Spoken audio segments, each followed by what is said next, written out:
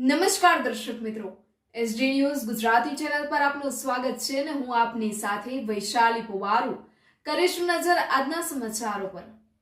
ભરૂચના કંથારિયા પાસે કાર મુખા ડમ્પરનો કહેર, એકનું મોત, 5થી વધુ લોકો થયા ઇજાગ્રસ્ત। ભરૂચ તાલુકાના કંથારિયા ગામ પાસે આજે એક ભયાનક અકસ્માતની ઘટના બની છે।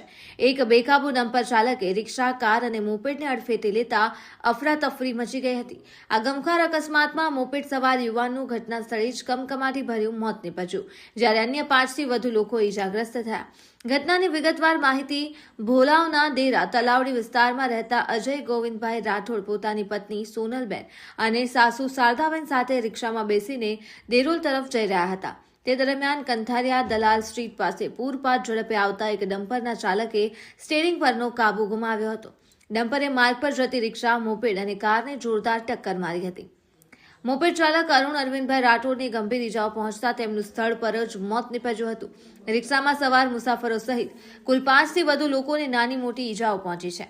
ડમ્પરની ટક્કર એટલી જોરદાર હતી કે રિક્ષા રસ્તા પર પલટી ખાઈ ગઈ હતી અને વાહનોનો કચ્ચરઘાણ નીકળી ગયો હતો। પોલીસ કાર્યવાહી અને તંત્રની દોડધામ અકસ્માત બાદ સ્થાનિક લોકો દોડી આવ્યા હતા અને 108 એમ્બ્યુલન્સને જાણ કરી હતી।